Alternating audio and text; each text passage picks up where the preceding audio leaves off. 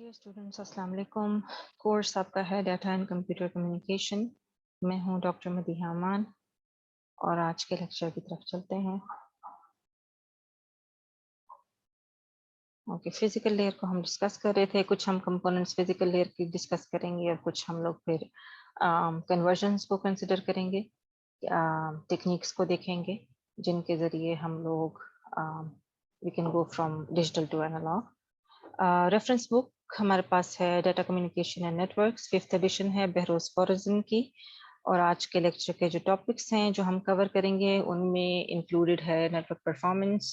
Last time हमने discuss किया था काफ़ी डिटेल के साथ ओएसआई मॉडल, और फिर हमने ट्रांसमिशन ऑफ डिजिटल सिग्नल्स कुछ डिस्कस किए थे। फिर सिग्नल्स में हमारे पास इम्पेयरमेंट्स कैसे आते हैं, हमने 3 इम्पेयरमेंट्स डिस्कस किए थे। तो उसी की कंटिन्यूएशन में एक नेटवर्क में क्या क्या इश्यूज आ सकते हैं, उनके परफॉर्मेंस में क्या क्या चीज़ें आ सकती हैं, तो वो हो जाएगा नेटवर्क परफॉर्मेंस। इसके बाद हम लोग स्विच कर जाएंगे कन्वर्जन की तरफ, जो कि है डिजिटल टू एनालॉग कन्वर्जन। और इसमें हम लोग कुछ टेक्निक्स देखेंगे जो कि पॉपुलर हैं डिजिटल टू एनालॉग कन्वर्जन के लिए। डिजिटल टू एनालॉग कन्वर्जन को यूजुअली हम मॉड्यूलेशन या डीमॉड्यूलेशन भी कहते हैं। और वो जो मॉड्यूलेशन या डीमॉड्यूलेशन है वो हमारे पास इन 4 टेक्निक्स के जरिए होती है: amplitude shift keying, frequency shift keying, phase shift keying और क्वाड्रेचर एम्पलीट्यूड मॉड्यूलेशन। तो बिगिन करते हैं लेक्चर, स्टार्ट करते हैं नेटवर्क परफॉर्मेंस के साथ। नेटवर्क परफॉर्मेंस क्या है? नेटवर्क्स में एक बड़ा इशू ये भी है कि परफॉर्मेंस जो है वो कितनी अच्छी है और क्या चीज़ें हैं जिस पे परफॉर्मेंस जो है वो डिपेंड करती है। एक चीज़ जो हम पहले भी डिस्कस कर चुके हैं जिस पे काफ़ी एम्फेसिस है परफॉर्मेंस का, वो है बैंडविड्थ। बैंडविड्थ हमारे पास क्या है, जैसे हम पहले पिछले लेक्चर्स में डिस्कस कर चुके हैं, रेंज ऑफ फ्रीक्वेंसीज है जो है उसके ज़रिए ही हम डाटा को जो है वो बैंडविड्थ के, अच्छा बैंडविड्थ आपके पास होगा तो आपका जो है डाटा अच्छी उसमें ट्रैवल कर सकेगा। हर्ट्स में हम इसको कैलकुलेट करते हैं, बिट्स पर सेकंड में भी कैलकुलेट करते हैं। तो बैंडविड्थ में one characteristics that measures the network performance is bandwidth. However, the term can be used in 2 different contexts with 2 different measuring values. जैसे कि मैंने बताया, बैंडविड्थ को हम हर्ट्स में भी फ्रीक्वेंसी की तरह मेजर कर सकते हैं और बैंडविड्थ को हम बिट्स पर सेकंड में भी मेजर कर सकते हैं। बैंडविड्थ हर्ट्स में क्या है, जैसे हमने पिछले लेक्चर्स में देखा, रेंज ऑफ फ्रीक्वेंसीज है किसी भी कंपोजिट सिग्नल के अंदर जो होती हैं, या रेंज ऑफ फ्रीक्वेंसीज जो एक चैनल में पास हो रही होती हैं। फॉर एग्जांपल, जैसे हम कह सकते हैं कि किसी भी टेलीफोन लाइन का जो सब्सक्राइबर है उसकी बैंडविड्थ 4 किलोहर्ट्ज है। तो और बैंडविड्थ जो है वो बिट्स पर सेकंड में किस तरह हम डिफाइन करेंगे, can also refer to the number of bits per second that in that channel a link or even a network can transmit. तो कितने बिट्स पर सेकंड एक चैनल या एक लिंक या एक नेटवर्क ट्रांसमिट कर सकता है, तो इस तरीके से हम मेजर करते हैं बैंडविड्थ को बिट्स पर सेकंड में। फॉर एग्जांपल हम कह सकते हैं कि एक फास्ट ईथरनेट नेटवर्क है, उसका बैंडविड्थ किस तरह से होगा, is a maximum of 100 Mbps। इसका मतलब ये है कि ये जो नेटवर्क है ये 100 Mbps तक मैक्सिमम आपका डाटा सेंड कर सकता है। फिर कुछ टर्मिनोलॉजीज जो इसके अलावा जिस पर नेटवर्क की परफॉर्मेंस डिपेंड करती है वो है थ्रूपुट। थ्रूपुट क्या चीज़ है? थ्रूपुट है is a measure of how fast we can actually send data through a network. Throughput क्या है? How fast we can actually send data through a first glance में जब हम थ्रूपुट को कंसिडर करते हैं हमें यही लगता है कि शायद थ्रूपुट और बैंडविड्थ सेम चीजें हैं, बट इनमें डिफरेंस है। बैंडविड्थ क्या है? बैंडविड्थ आपके पास बिट्स पर सेकंड में है और थ्रूपुट भी इस तरीके से है, तो आपको लगेगा कि ये सेम है। लेकिन इसको हम डिफरेंशिएट कैसे कर सकते हैं? फॉर एग्जांपल, जैसे एक लिंक है उसका बैंडविड्थ है बी बिट्स पर सेकंड, लेकिन हम लोग उस पे सिर्फ सेंड कर पा रहे हैं टी बिट्स पर सेकंड, जो कि टी होगा that will be always less than B. B आपके पास जो बैंडविड्थ है वो आपके पास टोटल उसकी कैपेसिटी होती है कि कितना आप बिट्स पर सेकंड भेज सकते हैं, जो एक आइडियल वो होती है। और जो हम लोग एग्जैक्टली एक्चुअली भेज पाते हैं TBPS, वो हमारे पास थ्रूपुट कहलाता है।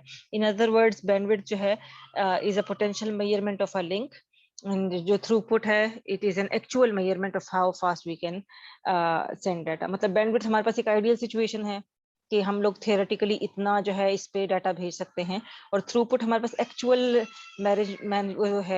मेजरमेंट है रियलिटी में कि हम कितना फास्ट जो है वो डाटा को सेंड कर सकते हैं।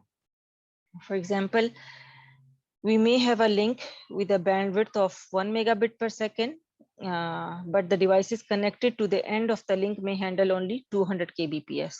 This means अब जाहिर है अब मेरे पास लिंक ऐसा है, ठीक ठाक लिंक है और उसकी बैंडविड्थ है मैक्सिमम कैपेसिटी के वो 1 MB तक सपोर्ट करेगा, लेकिन जो डिवाइसेस कनेक्ट हैं उनकी कैपेसिटी इतनी नहीं है, वो सिर्फ at a time 200 kbps he send कर सकती हैं।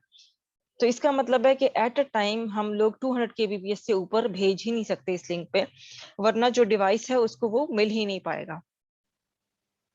ठीक है, imagine a highway design to transmit 1000 cars per minute from one point to another. जैसे इसकी एक और एग्जांपल ये है कि एक हाईवे है या सपोज एक ब्रिज है जो कि 1000 कार्स जो है वो एक मिनट में एक ब्रिज के एक साइड से दूसरे साइड तक जा सकती हैं। हाउएवर अगर इसमें हमारे पास ट्रैफिक आ गई, कंजेशन आ गया, तो ये 1000 कार्स पर मिनट जो है वो रिड्यूस होकर 100 कार्स पर मिनट तक आ जाएंगी। तो बैंडविड्थ हमारे पास है 1000 कार पर मिनट जो कि इसकी एक्चुअल कैपेसिटी है, लेकिन थ्रूपुट हमारे पास क्या है, जो एक्चुअली ट्रैफिक की वजह से हमारे पास या किसी भी कंडीशंस की वजह से हम लोग जो एक्चुअल डाटा ट्रांसफर कर पा रहे हैं वो अभी हमारे पास है 100 कार्स पर मिनट। तो जो हमारे पास जो पूरी मैक्सिमम कैपेसिटी है, जो कि आइडियल कैपेसिटी है, वो बैंडविड्थ होती है, और जो हम एक्चुअल में सेंड कर पा रहे होते हैं वो हमारे पास थ्रूपुट होता है।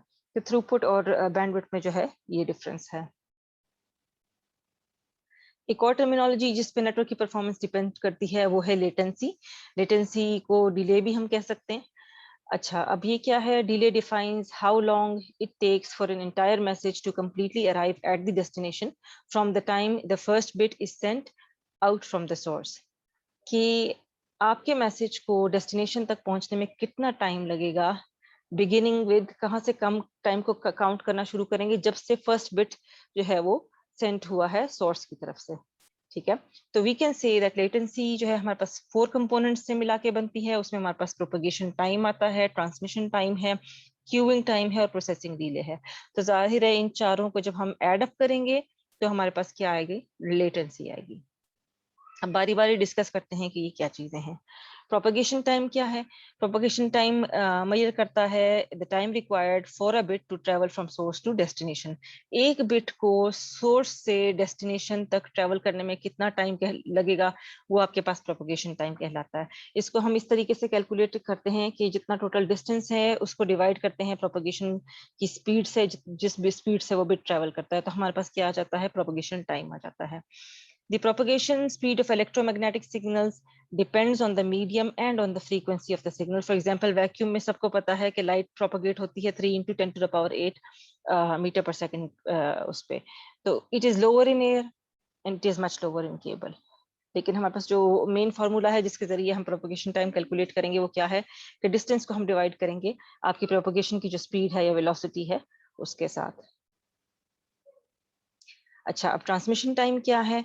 डाटा कम्युनिकेशन में जब हम लोग कुछ सेंड कर रहे होते हैं, हम लोग एक बिट नहीं सेंड करते, हम एक कंप्लीट मैसेज को सेंड करते हैं। तो first bit may take a time equal to the propagation time. जो पहला बिट जितना टाइम लेगा वो तो प्रोपगेशन टाइम हो गया, कि चलो सोर्स ने जो पहला बिट भेजा उसको डेस्टिनेशन तक पहुंचने में पहले कितना टाइम लगा, वो हमारे पास प्रोपगेशन टाइम आ गया। Last bit may also take the same amount of time. ठीक है, लास्ट बिट को भी इतना ही टाइम लगेगा, लेकिन फर्स्ट बिट को भेजने में और लास्ट बिट को भेजने में एक टाइम डिफरेंस है बीच में। ठीक है, there is a time between the first bit leaving the sender and the last bit arriving at the receiver. First bit leaves earlier, arrives earlier, और लास्ट बिट जो है वो सॉरी बाद में लीव करती है, तो जाहिर है बाद में ही पहुंचेगी। ट्रांसमिशन टाइम किसी भी मैसेज का डिपेंड करता है कि इस मैसेज का आपके पास साइज कितना है और उस चैनल का आपके पास बैंडविड्थ कितना है। तो ट्रांसमिशन टाइम हम कैसे कैलकुलेट कर सकते हैं? मैसेज साइज को हम डिवाइड करेंगे बैंडविड्थ पे, तो हमारे पास क्या आ जाएगा, ट्रांसमिशन टाइम आ जाएगा। लेटेंसी का जो तीसरा कंपोनेंट है वो है क्यूइंग टाइम। क्यूइंग टाइम का क्या मतलब है? क्यू का मतलब होता है जैसे हम लोग लाइन में खड़े वेट कर रहे हैं। ठीक है, the third component in latency is queuing time, the time needed for each intermediate or end device to hold the message before it can be processed. हर एक इंटरमीडिएट डिवाइस बीच में, चाहे वो राउटर्स हों या जो भी हों, अब उनको बीच में कितना टाइम चाहिए कि वो मैसेज को होल्ड रखें बिफोर कि इसकी प्रोसेसिंग हो सके, इसको हम क्यूइंग टाइम कहते हैं। तो क्यूइंग टाइम ज़ाहिर है अब फिक्स्ड फैक्टर तो नहीं है, डिपेंड करता है कि उस वक्त उस नेटवर्क पर ट्रैफिक कितना है, लोड कितना है। हैवी ट्रैफिक होगा, क्यूइंग टाइम ज्यादा होगी, कम ट्रैफिक होगा, क्यूइंग टाइम कम होगी। कोई भी इंटरमीडिएट डिवाइस पे ये क्यूइंग होती है, जैसे हमने पहले भी डिस्कस किया था कि राउटर के पास क्यू बन जाती है, क्यूज में मैसेजेस होते हैं और फिर वन बाय वन जो है उसकी प्रोसेसिंग होती है। अगर और मैसेजेस आते हैं तो ईच मैसेज जो है वो अपनी बारी का वेट करता है, तो इसलिए क्यूइंग टाइम इस लिहाज से कैलकुलेट होता है। तो ये एस्पेक्ट्स हैं। चौथा एस्पेक्ट हमारे पास लेटेंसी का है, प्रोसेसिंग डिले। तो वो जो है इसी तरीके से कैलकुलेट करेंगे कि प्रोपगेशन टाइम को, ट्रांसमिशन टाइम को, क्यूइंग टाइम को, और इस सब की प्रोसेसिंग में जितना टाइम लग रहा है अलग से वो, तो ये सब हम लोग जब ऐड अप करेंगे हमारे पास आ जाएगी लेटेंसी। और लेटेंसी क्या होगी कि आपके मैसेज को सोर्स से डेस्टिनेशन तक डिलीवर होने में कितना डिले आया, या कितना उसमें लेट हुआ, या कितना उसमें वो आया, टाइम लगा, वो लेटेंसी कहलाएगी। एक और एस्पेक्ट जिस पे ऊपर भी परफॉर्मेंस डिपेंड करती है वो है जिटर। आपको याद होगा शुरू के मेरे ख्याल से लेक्चर टू और 3-4 में कहीं पे हमने जिटर को भी डिस्कस किया हुआ है। जिटर क्या है? आपके पैकेट्स, जैसे मैंने आपको बताया था पहले कि जरूरी नहीं है कि पैकेट सारे एक रूट से ट्रेवल करें, और जिटर आपके पास जो पैकेट के अराइवल टाइम है, एक मैसेज के जो पैकेट्स हैं उनके अराइवल टाइम में जब वेरिएशन होती है कि एक पैकेट पहले पहुंच रहा है, दूसरा पैकेट बाद में पहुंच रहा है, दूसरे ने पहले पहुंचना था, पहले वाले ने बाद में पहुंचना था, तो जो अराइवल टाइम में इनके वेरिएशन आती है इसको हम कहते हैं जिटर। फॉर एग्जांपल, जैसे अगर कोई क्रिकेट मैच स्ट्रीम कर रहे हैं तो हमारे पास फॉर एग्जांपल कमेंट्री पहले आ रही है, मतलब ऑडियो पैकेट्स पहले पहुंच रहे हैं, और जो हमें स्क्रीन पे नजर आ रहा है वो बहुत बाद में नजर आ रहा है, वीडियो पैकेट्स हमें बाद में मिल रहे हैं। फॉर एग्जांपल कमेंटेटर इंतहाई जोश खरोश के साथ बोल रहा है कि छक्का हो गया है, बट स्क्रीन पे हमारे पास सिंस वो लैग कर रहा होता है, अभी वो पैकेट्स पहुंचे नहीं, तो हमें पता नहीं लग रहा कि वाकई 6 हुआ है कि नहीं हुआ है। तो ये जो पैकेट्स हैं इनके अराइवल टाइम में अगर वेरिएशन होगी तो ये जिटर कहलाता है। If the delay for the first packet is 20 millisecond, for the second is 45 millisecond, and for the third is 40 millisecond, then the real-time application that uses the packets endures jitter. अगर पहले packet में 20 millisecond का फर्क आया jitter, second में 45 का और third में 40 का, तो ये वो थ्रेशोल्ड्स हैं। अगर इससे एक्सीड कर गया जिटर तो फिर हमारे पास जो वो हमें स्क्रीन पे फिर वो महसूस होगा, आगे पीछे पैकेट्स जो हैं वो हमें स्क्रीन पे फिर वो, या हमें कम्युनिकेशन में वो फिर उसकी परफॉर्मेंस जो है वो इफेक्ट होती हुई नजर आएगी। अच्छा, यहाँ तक नेटवर्क परफॉर्मेंस के बारे में था। अब हम लोग आएंगे डिजिटल टू एनालॉग कन्वर्जन की तरफ। और डिजिटल टू एनालॉग कन्वर्जन हमारे पास, जैसे हमने पहले भी पिछले लास्ट लेक्चर में मेरे ख्याल से डिस्कस किया था कि हमारे पास एक मॉड्यूलेशन और डीमॉड्यूलेशन का प्रोसेस होता है। तो उसी में हम लोग क्या करते हैं, एक डिजिटल सिग्नल जो कि हमारे पास सेंडर सेंड करता है, तो एक मॉड्यूलेटर के जरिए उसको कन्वर्ट किया जाता है एक एनालॉग सिग्नल में, और रिसीवर जो है फिर उसी एनालॉग सिग्नल को रिसीव करता है और उसको वापस कन्वर्ट करता है डिजिटल में, और जो रिसीवर है या डेस्टिनेशन है उसको प्रोवाइड करता है। तो बाय थियोरी क्या है, digital to analog conversion is the process of changing one of the characteristics of an analog signal based on the information in digital data. तरीका क्या है कि किस तरीके से हम लोग कन्वर्जन करेंगे, कि हम लोग चेंज करेंगे one of the characteristics of analog signal, किस चीज पे बेस करके, डिजिटल, इसके डिजिटल इंफॉर्मेशन के ऊपर बेस करके। जैसे इस फिगर में बताया गया है, shows the relationship between digital information, digital to analog modulating process and the resultant analog signal। जैसे ये सेंडर है, इसने ये डिजिटल डाटा भेजा है, ये मॉड्यूलेटर है, इसने इस डिजिटल डाटा को कन्वर्ट किया इस एनालॉग सिग्नल में, ये फिर फीड हुआ डीमॉड्यूलेटर में रिसीविंग एंड पे, और इसने वापस इसको डिजिटल डाटा में कन्वर्ट करके रिसीवर को प्रोवाइड कर दिया। तो ये एक बेसिक प्रोसेस है डिजिटल टू एनालॉग कन्वर्जन। लेकिन ये कन्वर्जन होती कैसे है, इसके लिए भी अलग से टेक्निक्स जो हैं वो मौजूद हैं। A sine wave is defined by 3 characteristics। कोई भी जो साइन वेव है, साइन वेव आपके पास जो है एक टिपिकल साइन वेव इस तरह होती है। एक साइन वेव आपके पास 3 कैरेक्टरिस्टिक्स हैं। उसका एम्पलीट्यूड है, जाहिर है, जो कि हमने पहले भी डिस्कस किया था, ये इसका एम्पलीट्यूड है। और उसकी फ्रीक्वेंसी के 1 सेकंड में कितने साइकिल्स रिपीट हो रहे हैं, ये उसकी फ्रीक्वेंसी होती है, और उसका फेज के वो किस एंगल से स्टार्ट हो रहा है, तो ये उसका फेज होता है। तो किसी भी साइन वेव के जो है ये 3 कैरेक्टरिस्टिक्स होते हैं, एम्पलीट्यूड, फ्रीक्वेंसी और फेज। तो इन्हीं कैरेक्टरिस्टिक्स को पकड़ के हम डिजिटल टू एनालॉग कन्वर्जन करते हैं। कैसे? हम लोग ये कैरेक्टरिस्टिक्स लेते हैं और किसी दो को कांस्टेंट रख के किसी एक में चेंज लाके हम लोग जो है उसमें वेरिएशन लाने की कोशिश करते हैं, और इस तरीके से फिर हम डिजिटल से एनालॉग की तरफ कन्वर्ट करके लेके जाते हैं सिग्नल को। So by changing one characteristic of a simple electrical signal we can use it to represent digital data. Any of the three characteristics can be altered in this way. इन तीनों में से किसी के भी कैरेक्टरिस्टिक्स को हम alter कर सकते हैं इस तरीके से। इसको यूज करने के लिए हमारे पास एटलीस्ट 3 मैकेनिज्म्स हैं। मॉड्यूलेशन प्रोसेस के लिए इसको हम मॉड्यूलेशन कहते हैं, ऑफ कोर्स, इस चेंज प्रोसेस को। तो ये जो मॉड्यूलेशन के तरीके हैं ये कौन कौन से हैं? अगर तो हम एम्पलीट्यूड को पकड़ के कर रहे हैं तो हम इसको कहेंगे एम्पलीट्यूड शिफ्ट कीइंग, और अगर हम फ्रीक्वेंसी में चेंज लाके कर रहे हैं तो हम कहेंगे फ्रीक्वेंसी शिफ्ट कीइंग, और अगर हम फेज में शिफ्ट चेंज लाके कर रहे हैं तो हम कहेंगे phase shift keying. In addition इन तीनों शिफ्ट कीइंग प्रोसेसेस के अलावा एक और फोर्थ मैकेनिज्म है जो कि इन सबसे ज्यादा बेटर है और ज्यादा इस्तेमाल भी होता है, और वो किस तरीके से है? वो एम्पलीट्यूड शिफ्ट कीइंग को और फेज शिफ्ट कीइंग को कंबाइन करके यूज किया गया है। मतलब उसमें एक कैरेक्टरिस्टिक को वेरिएट नहीं कर रहे बल्कि दो कैरेक्टरिस्टिक्स को एट अ टाइम वेरिएट कर रहे हैं, और उसको हम कहते हैं क्वाड्रेचर एम्पलीट्यूड मॉड्यूलेशन, कॉम।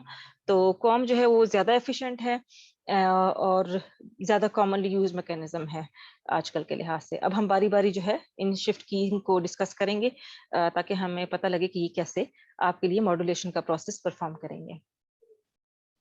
ये देखें जी, डिजिटल टू एनालॉग कन्वर्जन है, ASK, FSK, PSK, और फिर इन दोनों का जो कॉम्बिनेशन है हमारे पास वो क्या है? क्वाम है, जो कि है क्वाड्रेचर एम्पलीट्यूड मॉड्यूलेशन। कुछ एस्पेक्ट्स, मतलब कुछ टर्मिनोलॉजीज जो कि आपको पता होनी चाहिए शिफ्ट कीइंग को देखने से पहले before we discuss specific methods, हमें 2-3 चीजें पता होनी चाहिए। एक, हमें बिट रेट का पता होना चाहिए, बॉड रेट का पता होना चाहिए, और कैरियर सिग्नल का पता होना चाहिए। बिट रेट क्या है? हमारे पास बिट्स पर सेकंड है, ये आपको अभी तक अच्छा खासा पता लग गया होगा। बॉड रेट क्या है? नंबर ऑफ सिग्नल एलिमेंट्स पर सेकंड। एक सेकंड में कितने सिग्नल एलिमेंट्स हैं वो बॉड रेट कहलाता है। ठीक है, एक सेकंड में कितने बिट्स ट्रेवल कर रहे हैं वो बिट रेट होगा, और एक सेकंड में कितने सिग्नल एलिमेंट्स हैं वो बॉड रेट होगा। In analog transmission of digital data, baud rate हमेशा या तो बिट रेट के जितना होगा या फिर इससे कम होगा, बिट रेट से ये ज्यादा नहीं हो सकता।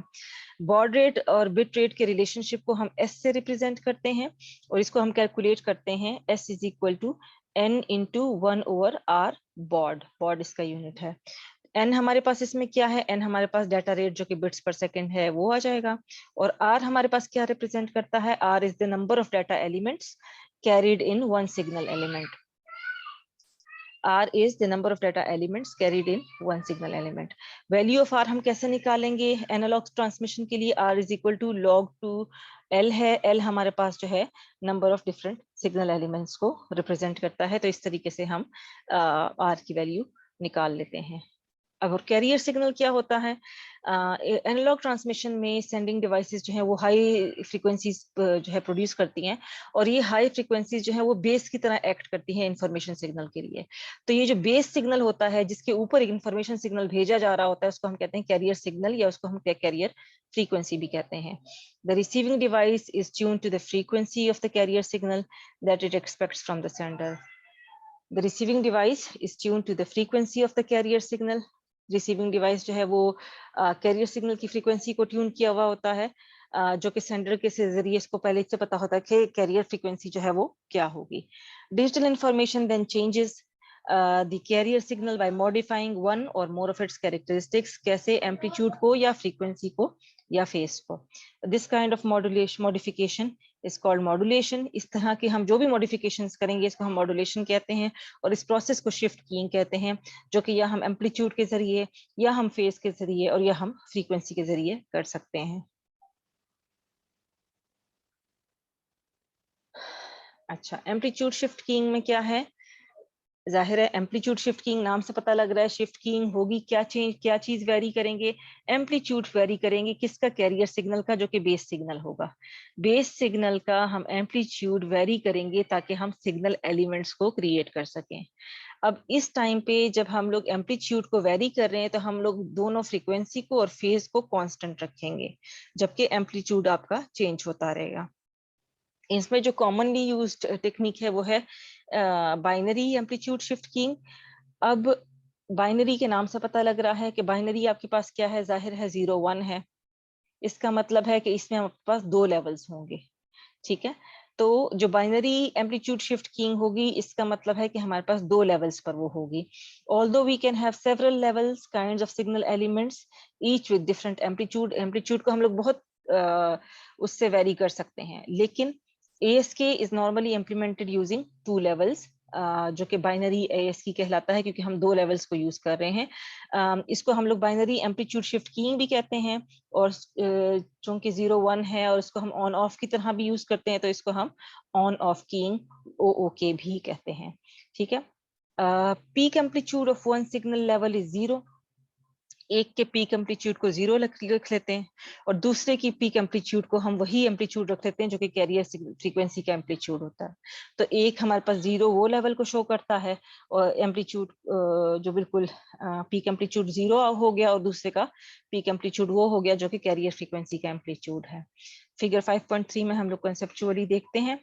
देखें, जो 0 है पहले 1 को देख लें, इसमें आपके पास वही एम्पलीट्यूड है जो कि कैरियर फ्रीक्वेंसी का एम्पलीट्यूड है ये, और ये 1 को रिप्रेजेंट कर रहा है। अब जब 0 को रिप्रेजेंट कर रहे हैं तो बिल्कुल एम्पलीट्यूड खत्म हो गया, 2 लेवल्स हो गए, मतलब एक एम्पलीट्यूड का लेवल ये है, एक एम्पलीट्यूड का लेवल 0 है, तो ये 1 को रिप्रेजेंट करेगा, ये 0 को रिप्रेजेंट करेगा।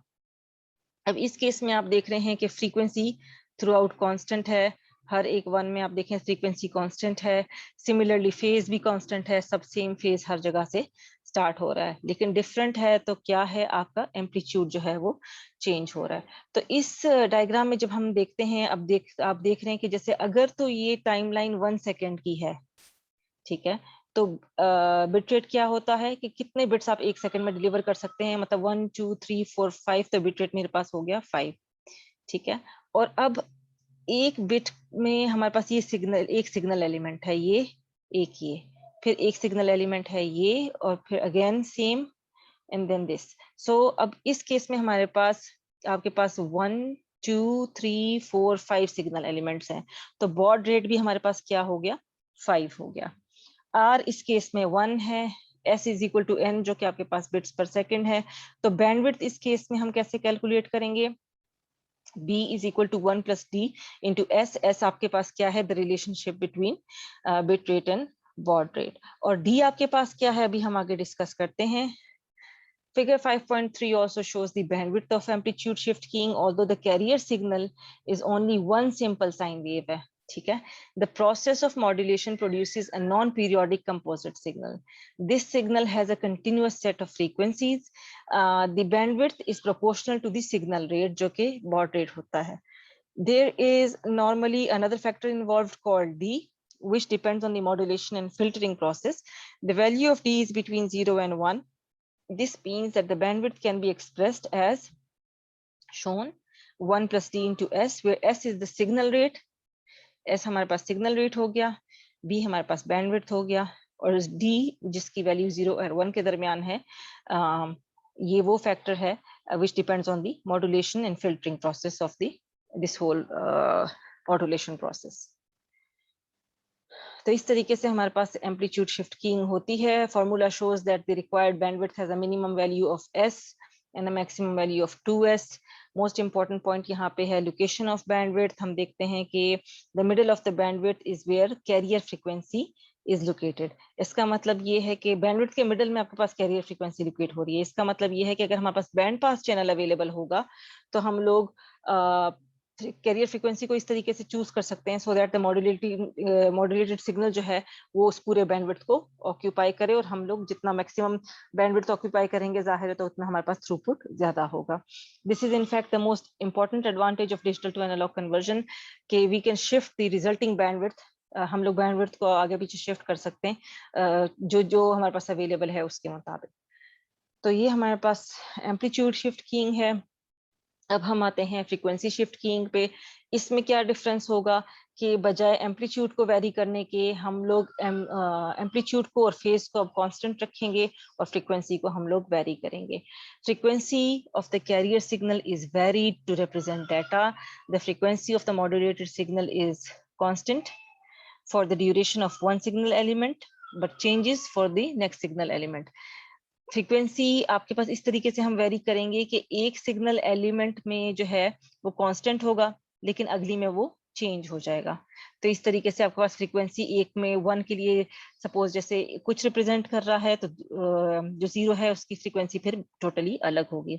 Both peak amplitude and phase remain constant for all signal elements. जाहिर अब इसमें भी हम लोग दो लेवल्स को कंसिडर करेंगे तो हम बाइनरी एफएसके देखेंगे यानी binary phase shift keying. Again binary है 0 1 है तो दो लेवल्स की हम बात कर रहे हैं, मतलब दो फ्रीक्वेंसीज की हम बात कर रहे हैं। One way to think about binary FSK is to consider two carrier frequencies. आगे फिगर में जैसे हम देखेंगे we have selected two carrier frequencies, एक f1 है और एक f2 है। we use the first carrier if the data element first वाला उन्होंने तब यूज किया है अगर तो डाटा एलिमेंट 0 है और अगर तो डाटा एलिमेंट 1 है तो इन्होंने फिर f2 यूज किया हुआ है। however note that this is an unrealistic example only for demonstration purposes। normally हमारे पास कैरियर फ्रीक्वेंसीज जो है वो बहुत हाई होती हैं और डिफरेंस उनका बहुत स्मॉल होता है। फिर भी देख लेते हैं। ये देखें आपके पास ये एम्पलीट्यूड है, ये आपके पास डाटा है 0 1 0 1 1 0। तो आप देख रहे हैं 1 को रिप्रेजेंट करने के लिए फ्रीक्वेंसी देखें इसकी और 0 को रिप्रेजेंट करने के लिए बिल्कुल अलग फ्रीक्वेंसी है। 1 को जब रिप्रेजेंट कर रहे हैं तो हमारे पास इसमें 1 2 3 4 साइकिल्स आ रहे हैं। 0 को रिप्रेजेंट करने के लिए ओनली 2 साइकिल्स आ रहे हैं, मतलब दो अलग अलग फ्रीक्वेंसीज हैं कैरियर की। एक 1 को रिप्रेजेंट करता है और एक 0 को रिप्रेजेंट करता है। अब आप देख रहे हैं कि एम्पलीट्यूड थ्रू आउट, चाहे ये फ्रीक्वेंसी हो या ये फ्रीक्वेंसी हो, एम्पलीट्यूड कांस्टेंट है और चाहे 1 हो या 0 हो, फेज भी दोनों केसेस में कांस्टेंट है। और हमारे पास सिर्फ क्या वेरी कर रहा है, यहाँ पे फ्रीक्वेंसी वेरी कर रही है हर एक सिग्नल एलिमेंट की। 1 के सिग्नल एलिमेंट की फ्रीक्वेंसी अलग है, 0 के सिग्नल एलिमेंट की फ्रीक्वेंसी अलग है। अगेन आर को 1 कंसिडर किया गया है यहाँ पे, बाकी कैलकुलेशंस एज इट इज है, यहाँ से आप देख सकते हैं फिगर में। आपको पता चल रहा है the middle of one bandwidth is f1। ये एक बैंडविड्थ का मिडल हमारे पास f1 आ गया and middle of other is f2, दूसरे का हमारे पास जो है ये f2 आ गया। Both and f1 and f2 are delta f apart from the mid point. यानी ये अगर मिड पॉइंट है तो इसका मतलब है ये f1 से यहाँ तक का डेल्टा f का डिफरेंस है और यहाँ से f2 का डेल्टा f का डिफरेंस है। यानी कुल मिला के f1 और f2 के बीच में 2 डेल्टा f का जो है वो डिफरेंस है। इसकी बैंडविड्थ कैसे देखेंगे? अगेन कैरियर सिग्नल्स जो हैं वो सिंपल साइन वेव्स हैं, लेकिन मॉड्यूलेशन जो है वो उन्होंने non periodic composite signals create की हैं जिनके पास कंटिन्यूअस फ्रीक्वेंसीज हैं। हम लोग ऐसे भी सोच सकते हैं कि ये फ्रीक्वेंसी शिफ्ट की है एज हम इसको कंसिडर कर सकते हैं कि ये दो एम्पलीट्यूड शिफ्ट कीइंग सिग्नल्स हैं जिसमें आपके पास एम्पलीट्यूड वेरी कर रहा होगा with its own carrier frequency f1 और f2। if the difference between the two frequencies हमारे पास जैसे हमने पीछे देखा 2 डेल्टा f है तो हमारे पास रिक्वायर्ड बैंडविड्थ इस केस में क्या होगा, b is equal to 1 plus d into s plus 2 delta phi। what should be the minimum value? 2 delta f की सबसे मिनिमम वैल्यू क्या हो सकती है? फिगर से हमने देखा कि हमने 1 प्लस डी एस से ग्रेटर वैल्यू चूज की है। हालांकि अगर हम मैथमेटिकली इसको कैलकुलेट करें या इसको प्रूफ करें तो मिनिमम वैल्यू जो है इसकी it should be at least s, ताकि ये एटलीस्ट प्रॉपर जो है ये मॉड्यूलेशन का प्रोसेस प्रॉपर जो है ऑपरेट कर सके। s से कम जो है इसकी वैल्यू नहीं होनी चाहिए। लास्ट हमारे पास इसमें, लास्ट नहीं सेकंड लास्ट कह लें, इसमें हमारे पास है फेज शिफ्ट कीइंग। जाहिर है फेज शिफ्ट कीइंग नाम से पता लग रहा है फेज चेंज होगा और फ्रीक्वेंसी और एम्पलीट्यूड जो है वो आपके पास कांस्टेंट होंगे। both peak amplitude frequency remain constant as phase changes। the phase of the carrier is varied to represent two or more different signal elements। एक सिग्नल एलिमेंट का फेज कुछ और होगा, दूसरे सिग्नल एलिमेंट का फेज कुछ और होगा, मतलब 0 का फेज अलग होगा और 1 का फेज अलग होगा। Today PSK is more common than ESK or FSK। However हम देखेंगे कि अभी QAM जो है वो इन सबसे ज्यादा पॉपुलर है, जो कंबाइन करता है एम्पलीट्यूड शिफ्ट कीइंग को और फेज शिफ्ट कीइंग को, भी हम अभी आगे डिस्कस करेंगे। फेज शिफ्ट कीइंग में अगेन अगर हम लोग 2 लेवल्स कंसीडर करते हैं या 0-1 कंसीडर करते हैं तो हम लोग कंसीडर करेंगे binary PSK। Simplest PSK is binary PSK in which we have only 2 signal elements, एक का फेज 0 है, दूसरे का फेज 180 है। आगे फिगर में आपको कंसेप्चुअल में मिलेगा। Binary PSK is as simple as binary ASK, जिसका एक एडवांटेज ये है सबसे बड़ा कि इसमें नॉइज का इंटरफेरेंस कम होता है, very less susceptible to noise. ये फिगर में आप देख सकते हैं 10110 है, तो 1 को रिप्रेजेंट करने के लिए ये देखें फेज हमारे पास 0 डिग्री है, ठीक है। इस एलिमेंट का देखें फेज हमारे पास 0 डिग्री है, और 0 को रिप्रेजेंट करने के लिए ये देखें यहाँ से ये सिग्नल स्टार्ट हो रहा है, तो इसका मतलब है फेज हमारे पास क्या है, 180 डिग्री है। अगेन 1 के लिए फेज 0 है, 1 के लिए अगेन फेज 0 है, और 0 के लिए जो है फेज 180 है। The criteria for amplitude shift keying में हमारे पास बिट डिटेक्शन का क्राइटेरिया ये होता है कि एम्पलीट्यूड ऑफ द सिग्नल होता है, और फेज शिफ्ट कीइंग में जाहिर है फिर वो फेज हो जाएगा। Noise can change the amplitude easier than it can change the phase. ये इसलिए ये नॉइज से कम ससेप्टेबल है, क्योंकि एम्पलीट्यूड तो ऐसी चीज है कि कोई भी अगर इसमें कोई भी इंपेयरमेंट आ गई, चाहे वो थर्मल नॉइज हो, इंड्यूस्ड नॉइज हो, दूसरी नॉइज हो, तो एम्पलीट्यूड जो है वो स्पाइक कर जाएगा। फेज जो है वो किसी एक्सटर्नल इम्पेयरमेंट से जो है फेज नहीं वो होता, चेंज होता, तो इसलिए ये नॉइज के लेस ससेप्टेबल है। फेज शिफ्ट कीइंग जो है ये फ्रीक्वेंसी शिफ्ट कीइंग से सुपीरियर है, क्योंकि हमें 2 कैरियर सिग्नल्स नहीं चाहिए, एक कैरियर सिग्नल ही चलता है, बस सिर्फ उसके हम फेज आगे पीछे कर देते हैं। PSK needs more sophisticated hardware to be able to बस हार्डवेयर आपके पास ऐसा इतना इंटेलिजेंट होना चाहिए कि वो दोनों जो है जो सिग्नल एलिमेंट्स हैं उनके लिए जो सिग्नल्स हैं उनके फेजेस में डिफरेंशिएट कर सके। लास्ट हमारे पास इसमें है क्वाड्रेचर एम्पलीट्यूड मॉड्यूलेशन, और क्वाड्रेचर एम्पलीट्यूड मॉड्यूलेशन क्या करता है, इट इज PSK हमारे पास it is limited by the ability of the equipment, मतलब इसके लिए हमारे पास ऐसे डिवाइसेस होने जरूरी हैं जो कि फेज के शिफ्ट को पहचान सकें। और वो दूसरा फैक्टर जो कि इसको लिमिट करता है वो ये है कि बिट रेट का जो इसका पोटेंशियल है वो इतना नहीं है। सो फार हम लोग जो है क्या करते रहे हैं कि चाहे वो एम्पलीट्यूड शिफ्ट कीइंग हो, फेज शिफ्ट कीइंग हो या फ्रीक्वेंसी शिफ्ट कीइंग हो, हम only one of the 3 characteristics alter कर रहे हैं एक टाइम पे। तो अगर हम एक टाइम पे 2 को अल्टर करें तो क्या होगा, क्या अगर हम लोग एम्पलीट्यूड शिफ्ट कीइंग को या फेज शिफ्ट कीइंग को कंबाइन करेंगे तो क्या होगा। आइडिया इसके पीछे ये है कि 2 कैरियर्स यूज करने हैं, 1 इन फेज और एक क्वाड्रेचर, ठीक है, विद डिफरेंट एम्पलीट्यूड लेवल्स, ठीक है, मतलब फेज भी 2 हो गए, एक इन फेज और एक क्वाड्रेचर फेज हो गया, और दोनों के एम्पलीट्यूड लेवल अलग अलग होंगे फॉर ईच कैरियर, ठीक है। ये सारा मेन कॉन्सेप्ट है कि आप 2 चीजों को अल्टर कर रहे हैं, यहाँ पे फेज को भी अल्टर कर रहे हैं और एम्पलीट्यूड को भी अल्टर कर रहे हैं, इसलिए हम कहते हैं कि ये क्या है, कॉम्बिनेशन ऑफ ESK और PSK। और बैंडविड्थ इस केस में कैसे कैलकुलेट करेंगे, मिनिमम बैंडविड्थ जो QAM ट्रांसमिशन के लिए चाहिए होगी वो बिल्कुल सेम है as that required for amplitude shift keying and phase shift keying, or similarly QAM also has the same advantages as PSK over ASK। ठीक है, तो ये एक ब्रीफली हमने जस्ट आपको कॉन्सेप्ट देना था शिफ्ट कीइंग का। इसमें अगर हम इन डेप्थ जाना चाहें तो इसकी जो प्रोसेस है और इसकी जो टेक्निक्स हैं इसके अंदर हम मजीद अंदर जा सकते हैं, बट अभी आपके कोर्स के अकॉर्डिंगली अभी सिर्फ आपको इन चीज़ों का कॉन्सेप्ट देने हैं और आपको बताना है कि ये क्या है और कैसे और किस तरीके से ये आगे हमारे पास ट्रांसमिशन में इम्प्लीमेंटेड है। तो यहाँ पे आपका आज का लेक्चर कंप्लीट हो जाता है। आप होप कि आपको अच्छे से समझ आ गया होगा। लेक्चर को आप अच्छे से वॉच करें और से सुने। इन केस आपके पास कोई क्वेश्चंस हो तो आप मुझे व्हाट्सएप पे और मुझे ईमेल पे कांटेक्ट कर सकते हैं। मेरा व्हाट्सएप और ईमेल दोनों आपके पास है। इंशाल्लाह आपसे नेक्स्ट लेक्चर में मुलाकात होगी। अल्लाह हाफिज।